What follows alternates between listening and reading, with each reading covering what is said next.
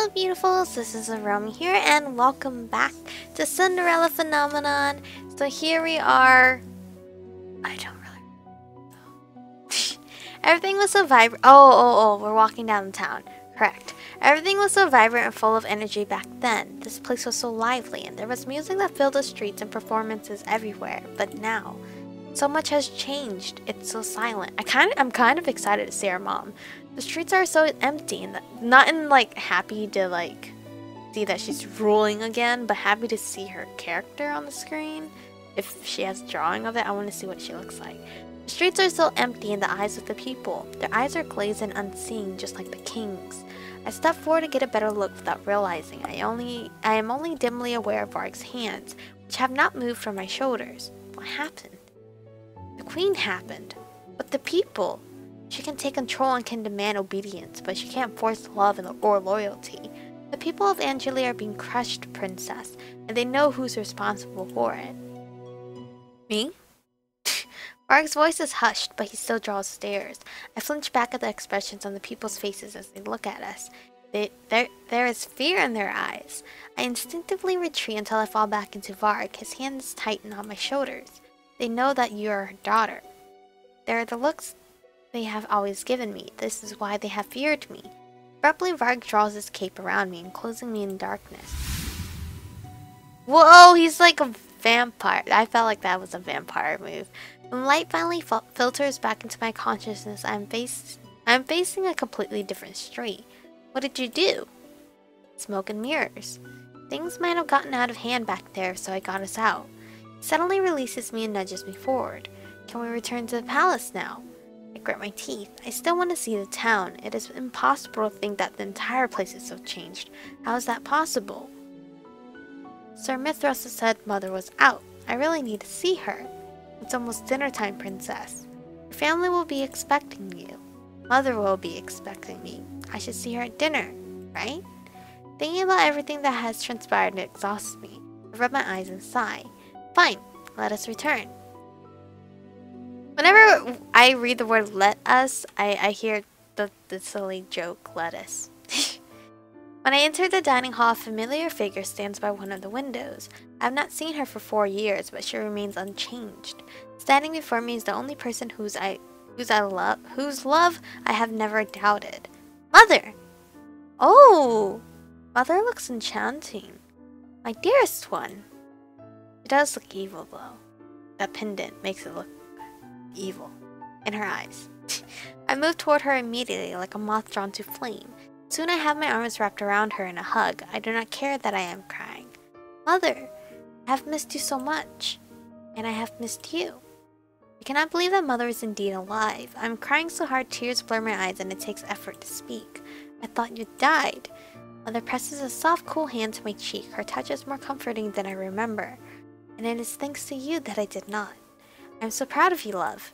I had thought her warmth would envelop me longer, but Mother is quick to draw away from me. I look up at her in confusion and flinch when I see that her gaze is cold. But I heard you left the palace today. What have I told you about leaving the palace, Michiko? No excuses, you know my feelings on this. But, have you truly become so disrespectful while I was absent? She's not letting me talk! Let's not fight, not tonight. Yes, Mother. Come sit. I take my usual chair and stare at the now vacant seats in front of me. There is a heaviness in my chest as I remember who sat in them. Those are Ophelia, Rod, and Emmy's places. And the king. I turn to look at him and I feel my heart falter, then sink. Michiko? The king is sitting in his usual seat, but his expression is as vacant as it was earlier. It's nothing. Mother follows my line of sight and frowns. Mithras told me of your request. I had not anticipated that you would require something from him in exchange for reviving me. But no matter, I had no desire to see Alcaster's plan come to fruition. Where is Sir Alcaster? My mother beckons quietly with a wave of her hand, and servants begin to place platters of food on the table. Exiled. There is no place in this kingdom for a snake like him. Then why is Varg still here? My mother looks at me with knowing eyes as a servant spoons soup into her bowls. You still need a guard, my dear. It was Fortunes?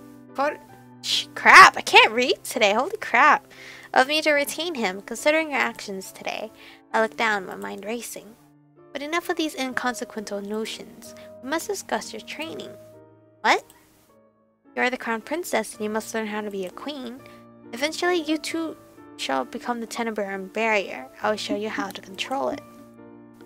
It was impossible for me to think of Mother as a witch, but seeing how she speaks so casually of the Tenebrarum barrier and considering all that has happened this week, I have no choice but to believe it. Why did you not tell me about the Tenebrarum barrier? Oh, Tenebrarum, sorry. She didn't say barrier. About the witches. Dearest one, you were so young, I wanted to protect you. And it is no matter now, for I am here. I will teach you through practical demonstration. I have always found that to be the most effective way. She looks at me sharply. We will begin by punishing those that cursed you. Fear and shock immediately flowed through me. What? Punishing Parfait and Delora? Aren't they your friends, Mother? They have acted to keep you from me and from your destiny. They must be punished. Don't you wish for revenge on those that have wronged you so? Can I protest? Can I protest? I do not want revenge. Mother sets down her spoon. Dearest one, need I remind you of how people of this world will seek to abuse your nature and your position in order to use you? Have you not experienced the selfishness and greed of people firsthand? Were you not cursed by such people? You're right, but Delora and Parfait, they had been kind to me as well. Mother goes back to eating. Regardless, we shall start your lessons tomorrow. For some reason my eyes are drawn once more to the king. He has not moved since dinner began, his soup still untouched. The king is barely conscious. Mother is right here, so close to me, and yet nothing feels right. You will succeed me in all things, my daughter. Mother speaks and my attention snaps back to her. I expect nothing but your full devotion to this task. I mechanically bring a spoon of soup to my mouth and swallow without tasting. Could I really punish anyone? Can I punish Mother? Can I be so strong, so stronger than her, that I can put her away again? Oh, dearest one. I don't want to do it, but...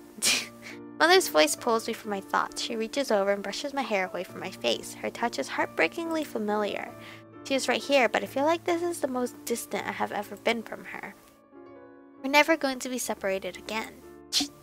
That little do you know, Mother. Uprising. Chapter 8. Michiko, I cannot do this. You are not trying hard enough. But It is almost as if you do not wish to complete your training.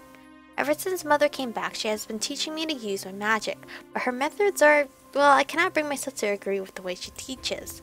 But this is... a little bird, no more. This bird is still alive.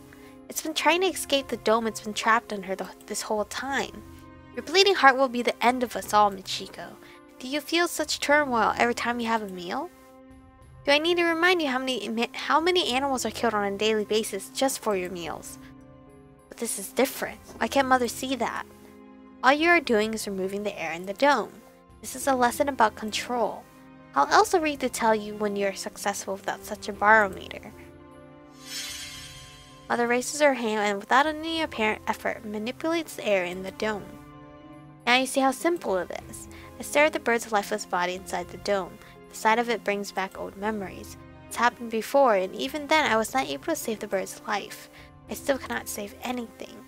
And because she hesitated, another bird must be brought in. How many birds will it take, Michiko? I need you to focus, dearest heart. We will continue tomorrow, and I expect you to perform as expected. Do you understand? Michiko? I nod my head numbly. Mother opens her arms and beckons me toward her.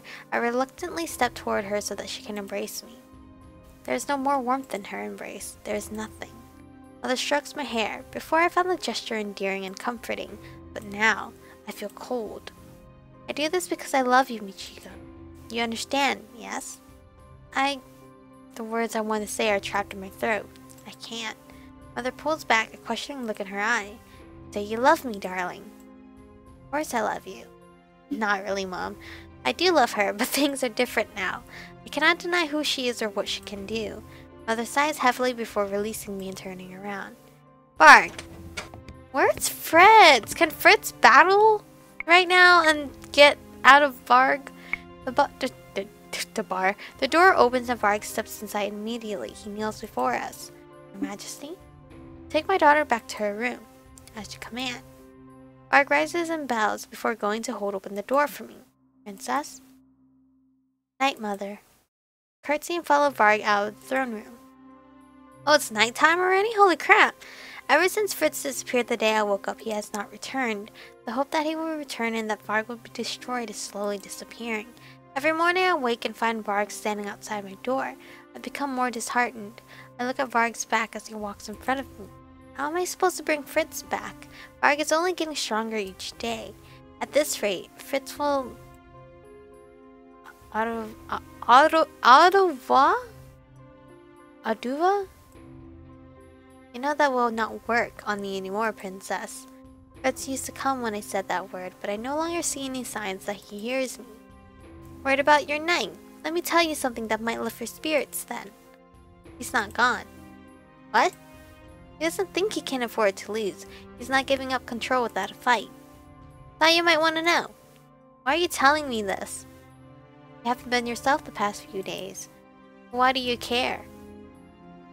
Oh. He looks enchanting here. Varg stops and turns to look at me. He's looking at me the same way Fritz always does, with gentle acceptance. I can almost believe I'm looking at Fritz and not Varg. I've been asking myself the same question. I know these feelings for you aren't my own, and yet... feelings for me? I guess his emotions for you are too strong. It's rubbed off on me, and now I'm stuck caring about you too. Oh, that's kind of cute! Varg's expression changes as subtle sadness creeping into his eyes. Stupid. We both know who you'll choose when the time comes. What? Varg smiles, but it is devoid of any cheer. He turns around and continues walking without waiting for me. That is difficult. You cannot make me pick between Varg and Fritz, because they are both beautiful in their own freaking way. Hurry up, Princess. The rest of our walk is silent. The night is deep, dark, and gentle, but I cannot find peace or sleep in the all-consuming silence. There's no time in there. It has been 2 weeks since Mother's return, and 2 weeks since I've been able to sleep through the night. Most of my days are spent at Mother's side. When we aren't patrolling Angelis, she's teaching me how to use a tenebrarium, readying me as her successor. Every day it only becomes clearer to me that the kingdom is suffering. The people fear and hate us, and it is even worse than it was before. Mother is cruel to everyone, even though I have yet to see them do anything wrong. Is this why Father hated her? Your Highness, I beg your forgiveness. My child was not watching where he was going. The man's son had wandered out in front of us. Soldiers' horses would have crushed the child if the man hadn't pushed him out of the way. The stop on the road has caused a delay in our arrival back to the palace. Mother had been out visiting an old friend, a witch. Mother? There is a blinding flash of light as Mother draws a shape in the air. When the light clears, the man has disappeared from in front of us. He is collapsed against the wall of a nearby building. Mother threw him into the building?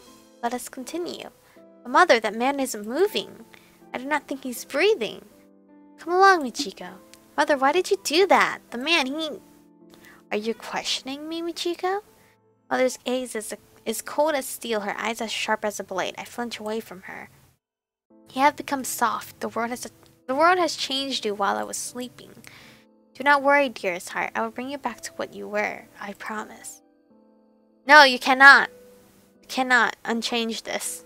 Mother smiled at me then, the same smile she would always give me when I was a child. I used to become comforted by the sight of it, but now it terrifies me. And the king. I choked down the lump in my throat. He's gone. He speaks, he eats, but he's not here. But we're not clear in his actions, it is clear when I look into his eyes. He is right there, and yet I miss him. The frustration makes me restless. I stand up so that I can make my way toward the window and stare outside. I am being ridiculous.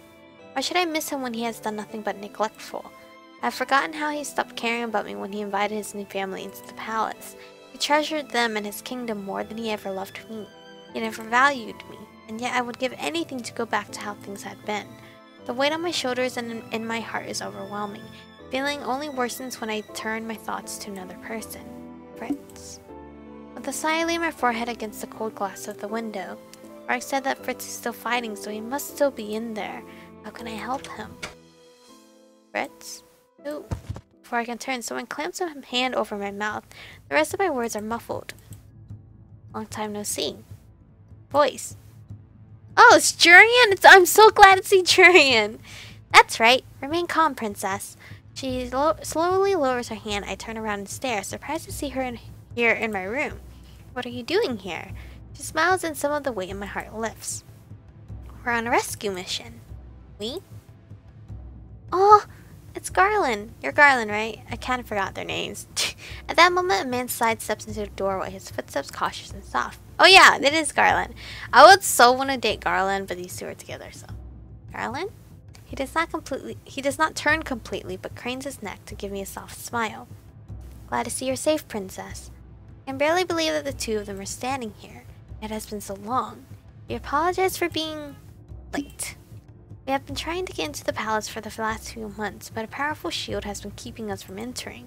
Lady Parfait could easily destroy it, but it would have meant destroying the palace as well. The last thing we want is to cause panic among the people. Mithras and Varg are crafty. They have been watching over the palace like hawks, and it was difficult to speak with Prince Rod when he was being watched around the clock. We needed more time to make sure our rescue mission would not fail. Then how did you find a way inside? Lady Parfait managed to find a weak spot in the shield, but it's thin, and only allows a few people into the palace at one time. Garland and I know this place better than anyone. That's why we're here to rescue you. Delora and Lady Parfait wanted to come, but the shield easily detects witches and fairies, but they're waiting for us at the Marchand Princess. Was I meant to escape with Rod and Emmy before?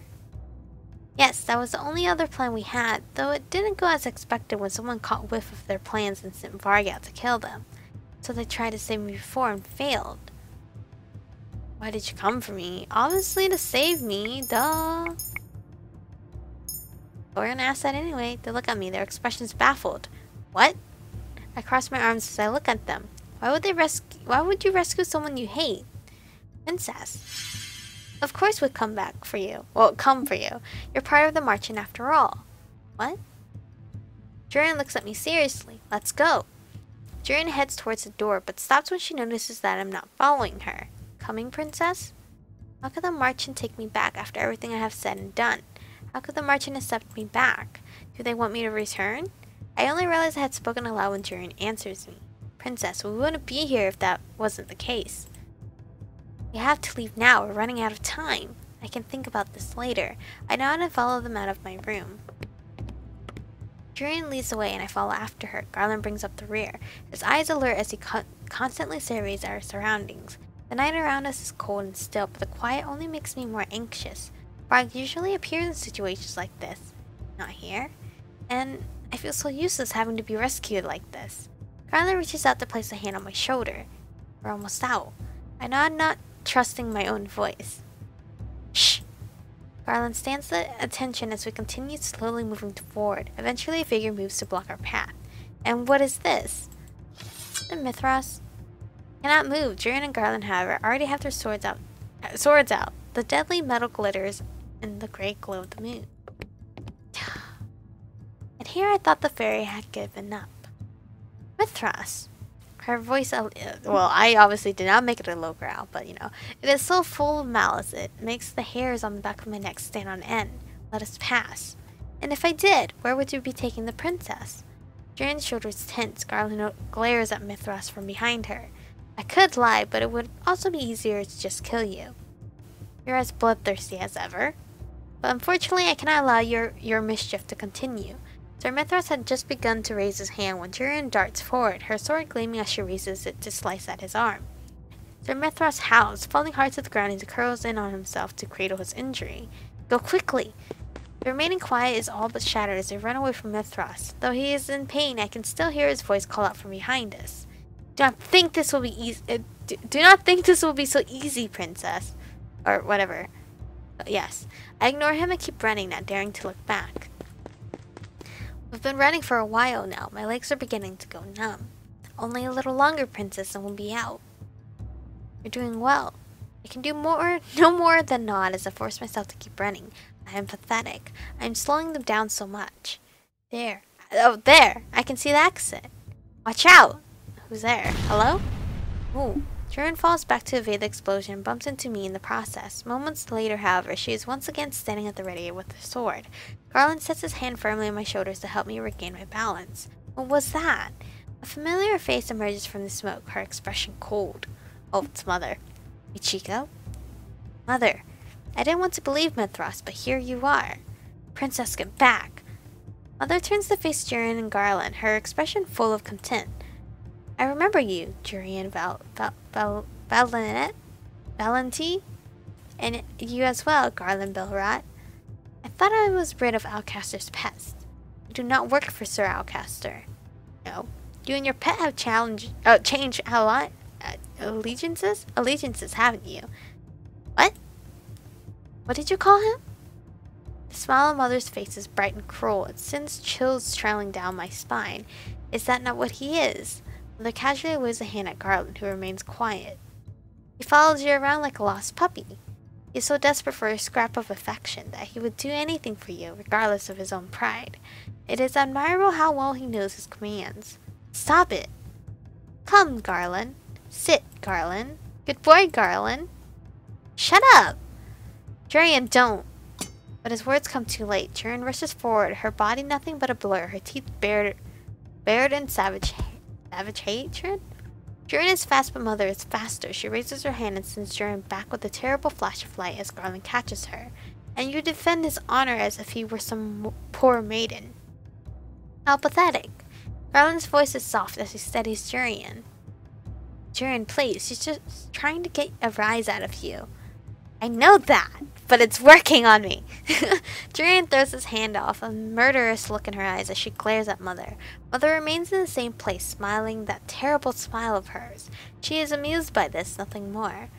Get the princess out of here, Garland. What are you saying? I'm not leaving you here. Once she's safe, come back for me. Jurin finally turns to him to look at him, a soft smile on her face. Trust me, Lan. Ooh. There is a long moment of silence as the two gaze at each other. Unspoken words pass between them, and eventually Garland caves. Alright. Both of them tighten their grips on their swords. Are you done? Are you done? Mother hasn't moved, but her presence is oh, sorry. It's so tense right now, and then you hear the but her presence in the small tunnel is overwhelming. Her magic smothers the very air. Jurin sinks into a stance, her body loose and poised, seemingly unperturbed. Ready when you are. Mother does not attack. Instead, she turns to face me with one graceful movement. Chico, stop this nonsense. This is not the time for games. Be a good girl and go back to your room. What? What? No! Dearest one? I stand resolute and take strength from Garland's steady presence behind me. What Mother is doing is wrong. What she wants isn't right and has never been right. What she's done to the king, what she's done to Angelique. How am I meant to look at her the same way? My voice is quiet when I finally speak. No. What? Take a deep breath and look her in the eye. No, I will not return to my room. Mother's expression is unexpectedly calm as she looks at me. My own daughter would choose these traitors and liars over me? Is my love so inconsequential to you? Has she ever truly loved me? Mother, if your love is what love is meant to be, I do not want it. Yo, she should say that out loud. That was very poetic. Mother is not who I thought she was. When I look at her now, all I can see is what she truly is. Evil. Clearly you have become corrupted during my absence. I suppose it must be the work of the infernal fairies. Never mind. Once I have destroyed each and every one of them, you will return to me, my daughter. She raises her hand and light curls around her fingers, but before she can cast her spell, Jurin is at my mother's side. Jurin's sword glints as it slices through the air, and then through Mother's clothes. Go! Wait, no, wait. Princess, come on. I have magic! Let me use it! I've been training! Half-heartedly. But Jurin, if we leave her alone... Garland pulls me away from my mother and Jurin as their battle begins. I hear the dull clatter of metal as we run, and can see the flashes of light even as we escape back the way we came. I was low-key praying Varg is just gonna magically appear and save the day, but he didn't do that. Garland! We have not gone far when I forced Garland to stop. To a stop. Garland! It is only when I grab his shoulder that he stops and turns to look at me. Princess? We cannot leave her there. Maybe I can convince Mother to let her go. You really think you can convince that witch? I can try. My job is to keep you safe. No, that's Fritz's job, please. Mother has all the power of the Crystalline Tenebrarum at her disposal. I force myself to say it. Jurian will not last long. Garland, you have to know this too. Jurian must know it as well. Garland's jaw hardens as he stares at me, not truly looking at me but through me.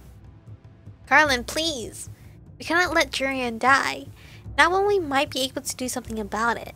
Garland stares at the ground, his expression conflicted. I know he cares for her, and that is why he must go back for her. Garland closes his eyes briefly. When he opens them, I know he has made his decision. When we return, the scene is very different. Blood spatters the tunnel walls, and Jurian is on her knees, bent forward, her face away from us. My mother is nowhere to be seen. Jurian! Garland suddenly in front of me, mindlessly racing toward Jurian. Jurian? Jurian! Hello? Are you alive? Please don't die. All at once she seems to come alive. She gasps out for breath and coughs. Garland, what are you doing here? I told you to... Her voice wavers as Garland crouches down in front of her. He folds himself around her and pulls her gently to his chest. His eyes are shut tight as he buries his face in her hair. Jurian chokes back a sob as she reaches up to hold him tightly. I exhale in relief. Both of them are alive and safe. Idiot! I told you to get her out! The princess gave me permission to disobey an order. He lifts his head and smiles back at me. She outranks you, Jurian. At least as far as titles are concerned. Garland slowly guides her to her feet. What happened? The queen disappeared and I... Jurian suddenly stops. We hear at the same time a terrible ripping sound, like the air itself is being torn. I see the slither of shadows and unnatural light in the darkness, and suddenly I realize what is happening.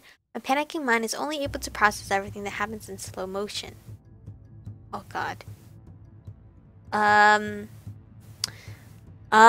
we witnessing a death right here, right now, like we did with Fritz dying in front of us? Because that's not cool.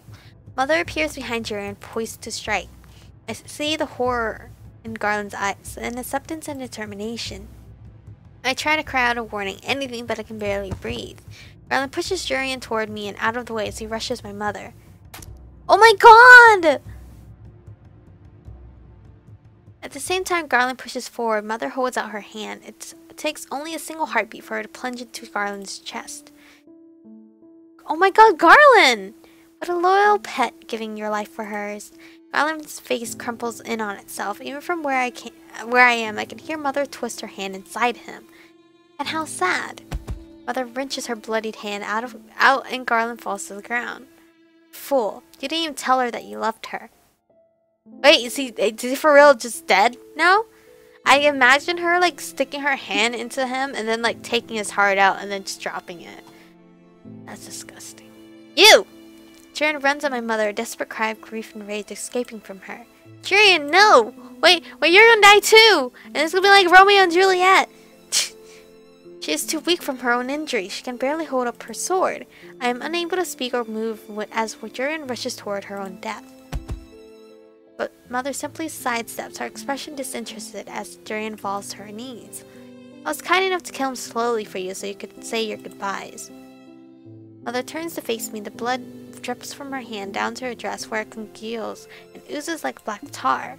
Do you understand now, dearest one? This is what you have made me do. This is what I must do now to all those who have corrupted you. You are the one who forced my hand. Do not forget that. For a moment the air in the tunnel disappears and a terrible silence fills the darkness. By the time the air comes rushing back into my starved lungs, Mother is gone. The tunnel is empty. Light flickers in the aftermath of her disappearance. The only thing I can hear apart from the rushing of blood in my ears is Jurian's sobs. Garland, no! Please don't die like this! I make my way slowly toward her. It's like a wading slowly through murky water. Jurian is leaning over Garland and has his head on her lap. He's still breathing! Parfait can help him! When I crouch down, I can see the open wound Mother left behind. I swallow down the bile that rises in my throat, along with any of my words of comfort. Magic cannot fix this. Garland, please! I get down on my knees beside Jurian. This is my fault. Don't. Oh, don't cry! Garland! He smiles at her. It is a genuine smile that breaks my heart. Jurian shakes her head. No, Garland, you can't. Jurian, I love... Wait, please at least finish that line, or else we're just all gonna cry here. As the voice trails off as he closes his eyes, his breathing becoming more labored. He gasps one last time before his body stills completely. Garland? Garland! Wait, I bite down on my tongue and bow my head as Jurian howls her lost into the silence of the blood-soaked tunnel. I spend some time with Garland in the tunnel. Jurian shakes with silent sobs as she grips his still body. But eventually, Jurian gently removes Garland from her lap as she stands up. She takes his sword as she presses her hand to his face one last time. As she turns and walks away from Garland's body with his sword clutched tightly in one hand, she grips her sword in the other. It takes all that I have to keep up with her. Well, that's where we're gonna stop for today. That's a pretty good spot to save, right guys? Garland's dead. We have 2 chapters left. Is there gonna be more people dying on us? Garland didn't even get to tell Jurian that he loved her. That's where I find completely messed up. I am in goosebumps right now, and it's not pretty. Oh my god.